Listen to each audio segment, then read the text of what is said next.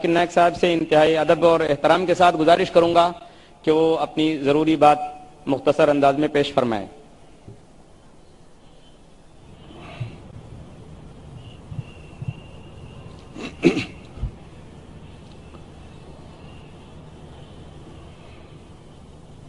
الحمدللہ والصلاة والسلام علی رسول اللہ وعلی آلہ وصحبہ اجمعین، اما بعد.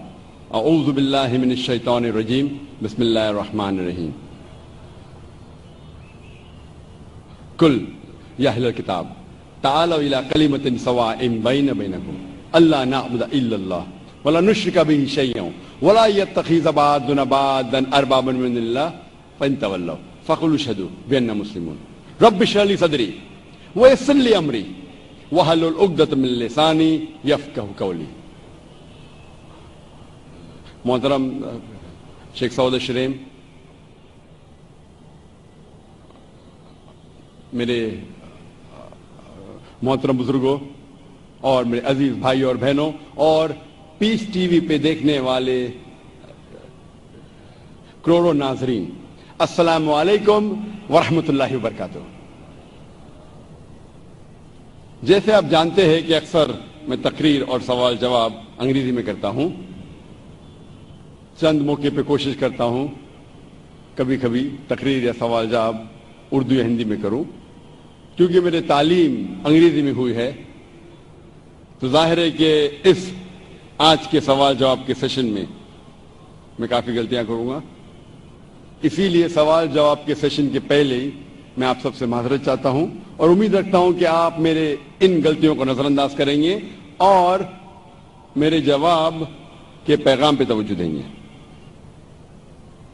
4 سال پہلے ہم سے درخواست کی گئی تھی کہ کم از کم ایک دن صرف ایک پورا سیشن 3-3.5 گھنٹے کا کم از کم صرف سوال جواب کا ہونا چاہیے.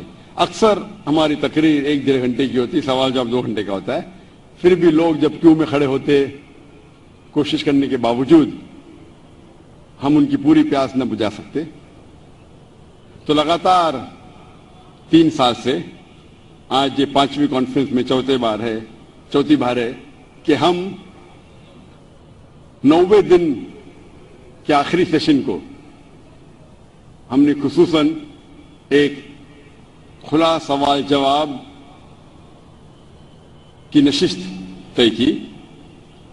تو انشاءاللہ آج ہم کوشش کریں گے کہ زیادہ سے زیادہ سوال ہمارے غیر مسلم بھائیوں اور بہنوں سے لے اور وقت اگر باقی ہے تو انشاءاللہ مسلمان بھائیوں اور بہنوں سے بھی لیں گے. لیکن پہلا موقع دیجئے غیر مسلم بھائیوں اور بہنوں سے ان کی جو بھی غلط فہمی ہے اسلام کے متعلق ہم انشاءاللہ کوشش کریں گے اسے دور کریں.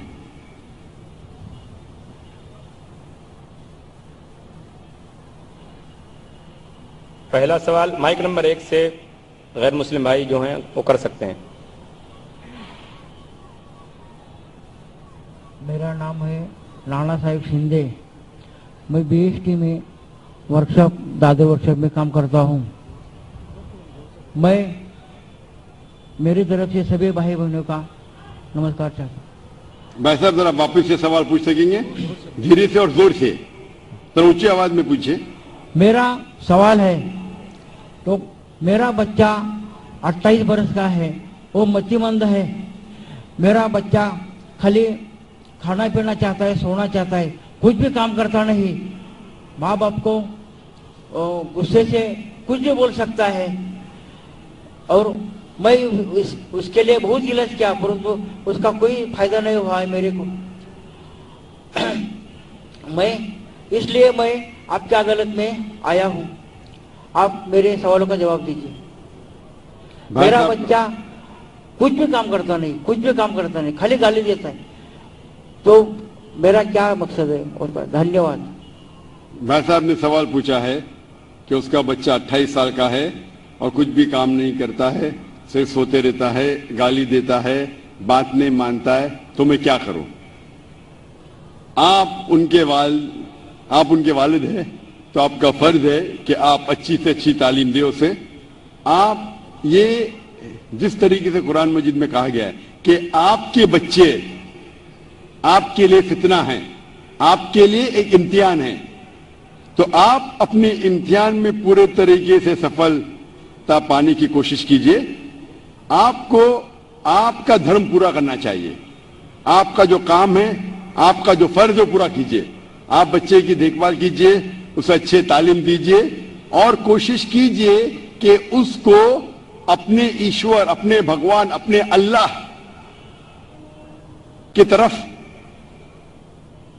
صرف عبادت کرے, صرف اللہ کی عبادت کرے اور کس کی نہیں.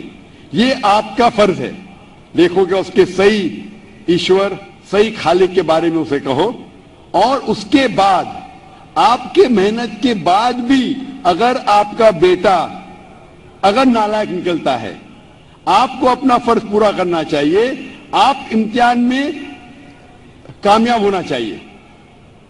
ٹیچر بچے کو پڑھاتی ہے, کلاس میں پڑھانے کے باوجود اگر بچہ فیل ہوتا ہے تو اس میں ٹیچر کی غلطی نہیں. اگر ٹیچر برابر سے نہیں پڑھاتی اور پھر بچہ فیل ہوتا ہے تو غلطی ہے ٹیچر کی. لیکن اگر ٹیچر برابر سے پڑھاتا ہے بچوں لوگ کو اور ان میں سے کچھ بچے فیل ہوتے ہیں تو غلطی ہے اس طالب علم کی, ٹیچر کی نہیں. اسی طریقے سے آپ ان کے والد ہیں, آپ اور آپ کی بیوی اسے صحیح تعلیم دینا چاہیے اس کے ایشور کے بارے میں. کیا ایشور ایک ہے, ایشور کے علاوہ کسی کی عبادت نہیں کرنا چاہیے اور آخری پیغمبر کو ماننا چاہیے. یہ آپ کا فرض ہے کہ آپ اسے سکھائیں. اس کے بعد اگر وہ بدتمیزی کرتا ہے, آپ کی بات نہیں مانتا ہے, آپ اپنا کام کر چکے, آپ پھر اس کے بعد ذمہ دار نہیں رہیں گے. آپ کو پھر بھی اس سے اچھے سے پیش آنا چاہیے کیونکہ آپ اس کے والد ہیں, اور آپ کو انشاءاللہ سفلتا ملے گی زندگی میں.